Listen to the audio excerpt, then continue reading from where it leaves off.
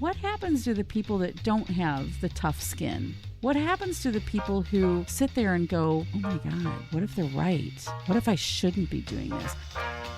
Other people's opinions only have the power that I give them. Nothing has meaning except for the meaning I give it. Yeah, people say words and we interpret them based on our own stuff. We're picking up here right where we left off. Even on our podcast, and like I post on TikTok and Instagram, I've had people that have said, girl, heal your trauma. You shouldn't do this podcast anymore. You have issues. Oh, okay. Sure, whatever. So it's interesting how people can see something, a 20-second snippet of a 20 or 30-minute podcast and make a comment like that. We all have trauma. Most of mine is healed, and I don't think that you, based on a 20-second clip, should tell me that I should stop doing my podcast because I have trauma that I need to heal. And so I engaged because I tend to do that, and thanks, no trauma here, I'm good. And then it was the comment, dig deeper, and you have issues. And I'm like, well, clearly you do too, lady. So I eventually just thanks for your thoughts and let it go. But it's fascinating to me how people who have no clue about who I am, what I stand for, based on a post, 2 sentences, a 20-second clip, can come in and have visceral reactions and negativity around it. And I'm like, I have tough skin, so I let most of it go, but it's just, some of it's humorous to me. But I think, what happens to the people that don't have the tough skin? What happens to the people who sit there and go, oh my God, what if they're right? What if I shouldn't be doing this? Because let's be honest, putting this out there every week is putting ourselves out there. Yes. And we've had the conversation. Like, I'm way more comfortable with it than you are. Absolutely. And like, I'll look at all the comments and the reviews and I'll share some of it with you. I don't share all of it with you. But imagine being that person that for the very first time is going, I'm going to make some posts on Instagram because I want to start this side gig, or I want to put myself out there. And the very first thing they get is, you suck. This is stupid. Why are you doing this? You have trauma. Yeah. You don't know what you're doing. I was just helping someone the other day with a situation, and she just started an Instagram account, and she's a coach and wants to develop her business, and right out of the gate got some of those nasty comments. And I was like, look, you got to get some tough skin if you're going to throw yourself out there, because I always look at it, no matter what you do, people are going to have something to say about it, good, bad, or indifferent. I always think about what was my intent in sharing the information, sharing a podcast, sharing a reel, sharing a live, putting a post out there. My intent is always good. My intent is never to harm. So y'all take it however you want to take it. That's on you. I couldn't agree more.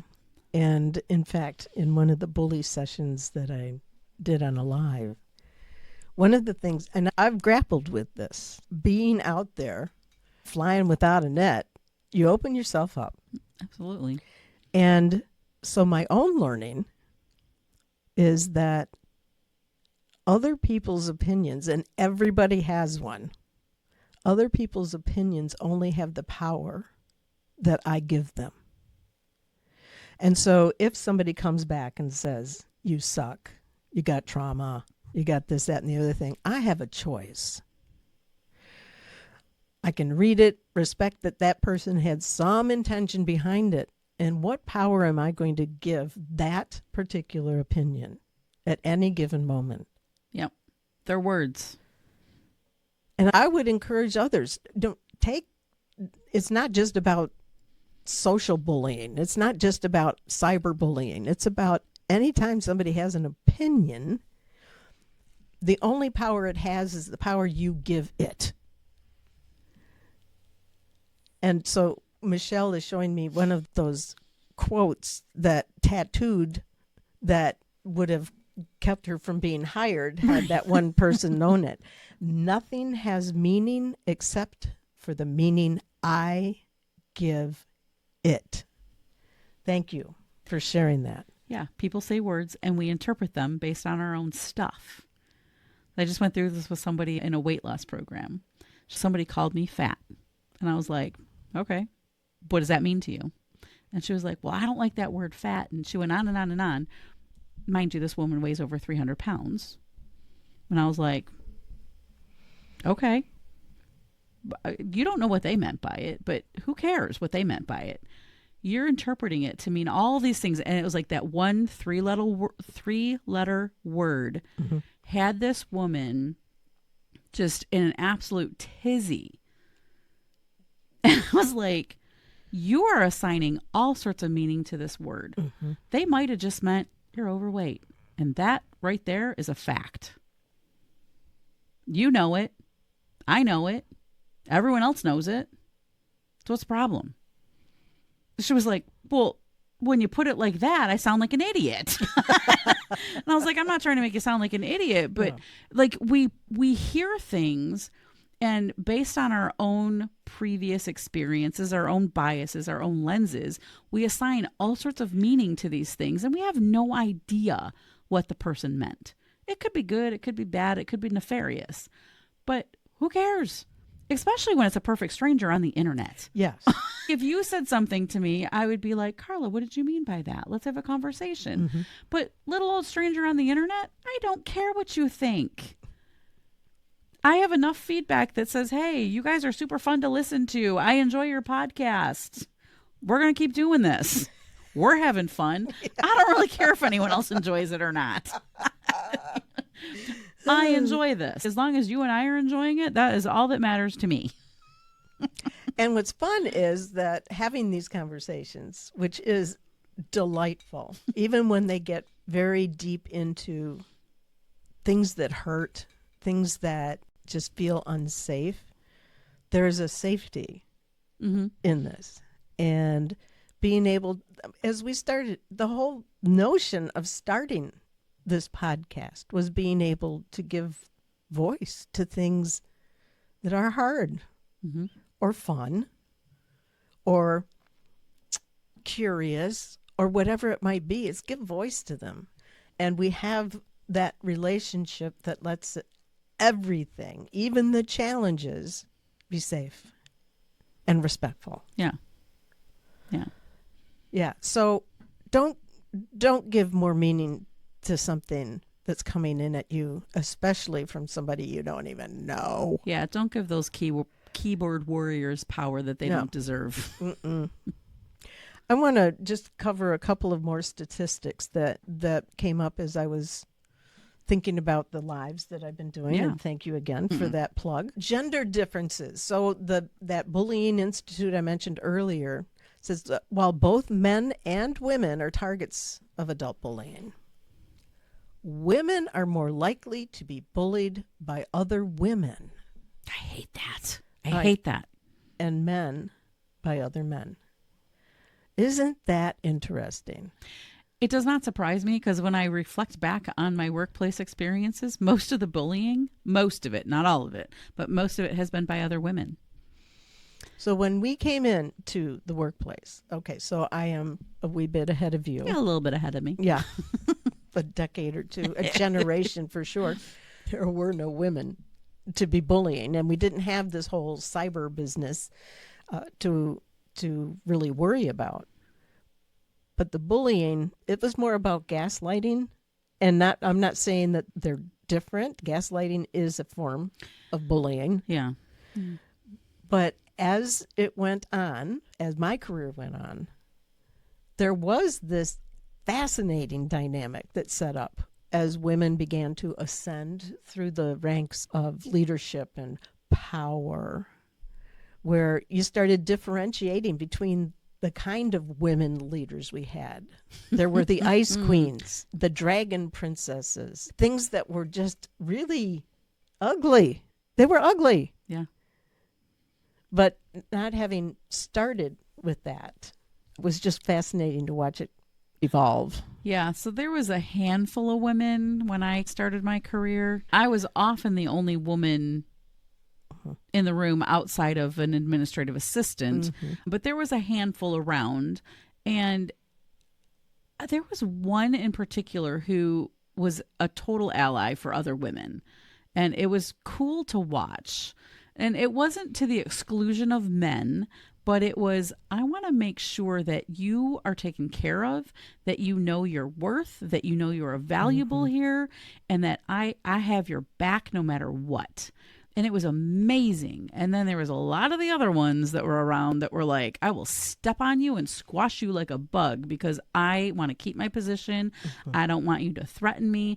And I remember one woman very early on my career, she was like, I only got this position because I'm a woman. I don't have any qualifications to be here, and I have no qualms about it. And I was like, don't tell people that. Like, you're a good human and you're a good leader, and I think you're very skilled at what you do. I don't ever want to hear you tell anyone that you got that promotion because you're a woman. But I did. And I was like, but you're qualified. But she led with, I got here because I'm a woman. And I was like, I don't think that's the case. We're in the automotive business. I promise you, you did not get we don't have those statistics that are required just yet. But it was fascinating to me. Absolutely. And I know there is one position I was offered and that I got. At this point, it wasn't about being offered. I interviewed one time in my first 30-year career, and it was getting in the door. And from that point forward, things just happened. And there was one position I was elevated to purely because I was single. And I didn't have a life that was going to interfere with my ability to contribute. But therein lies the thing, your ability to contribute. You were also qualified. They didn't just go, oh, you're female, so and you don't have kids, so here you go. The job's yours. Fair enough. You were qualified for the job, and you happened to be single. Therefore, you were maybe edged out some other people. It was just so interesting. But yeah, it really is. But this woman was convinced that literally the only reason she got that job was because she was a woman. And I was like, ooh, that's rough. That's ugly. There's a handful of other people they could have given that job to. Yes. But you're also qualified. And she was fantastic. She was a great leader. So it was interesting to me that she was like, yeah, the only reason I got here is because I was a woman and I don't, I'm not good at this. And she was great. But the one who was really just so supportive of people in general, but really wanted to make sure that women had a space, that voices were heard, was just such a great role model for me going forward. And I've been in the workforce a long time, seen a lot of women leaders who do not lift other women up. They will put them down, keep them down. And it's like, why are we doing this to each other? Yes. I don't get it. I just don't get it. I share that confusion. Like working with you and Gail, I remember telling some of my friends, I work with these amazing women, and they're like, ooh, I'm sorry to hear that. Did they know us? That's rough. And I was like, no, like these women, like they share their knowledge and they help you solve problems, and we just all lift each other up. And like we're in a meeting and it's, well, Carla, that's not Carla can help you with that. And it was incredible. Just constantly lifting each other up. And I remember I had a rough day and I came in the next day and there was a beautiful bouquet of flowers sitting on my desk from the two of you. And I was like, this is the kind of thing that makes a workplace. Just that little bit of thoughtfulness, that care, and we know you had a crappy day, but today's a new day and we're going to kill it today because we got you. It's not that hard. Mm-mm. But boy, did it make a world of difference in showing up every day and looking forward to coming to work every day. It was such a wonderful experience to be able to close out my corporate America career. Yeah, don't talk about that. I'm still bitter. I know. Just no bullying at all. Just no bullying. We experienced it, I think, as a group. Mm-hmm. A lot of it coming at us because we were who we were and because we were all three very strong people, strong personalities, very different personalities. Mm-hmm. And I loved that we overcame those differences very easily and very quickly and just gelled. Yeah. And it was like, we have each other. Mm-hmm. But people did not like that. Oh, no. No, we were an anomaly for sure, but a blessed one. It was just the greatest time. I had the greatest time. Yeah. And I want to actually use that to go into the last of the major statistics that I pulled. Mm-hmm. It's about the health consequences of being in a situation that may not be all that healthy. Mm-hmm. So this is from the Journal of Occupational Health Psychology. And they had a study that said that individuals who are bullied at work are 2.5 times, and I think that's probably going to grow, but 2.5 times more likely to suffer from long-term health problems like cardiovascular disease and chronic stress. And we talked about the whole stress issue in the previous episode. If you think about all of those statistics, the implications, not implications, the ramifications of bullying, whether you are the victim, you are the one who is victimizing, or you are in this position of witnessing and not knowing what can be done. There's a huge cost, personal cost. There's a huge professional cost, a huge financial cost. Mm-hmm. And it seems that it's important for us to tackle, all right, what does this look like now? It's great to have those statistics, but okay, how do I recognize it? How do I do something about it, whether I am the bullied or I am the observer? And for all of you bullies out there, just saying, Stop it. yeah, that's what I'm saying.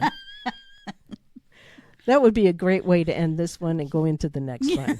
Yeah. To stop the bullying. Doggone it. Okay. So with that, I'm Carla Lewis. I'm DocShellie. Be sure to follow Carla on Facebook, Carla Lewis, and you can follow me at DocShellie Emerging You on Facebook and Instagram and TikTok. You're everywhere. I am And- everywhere. and You you're can't get rid awesome. of me. We'll see you next. What does this look like now? It's great to have those statistics, but okay, how do I recognize? How do I do something about it? To be continued.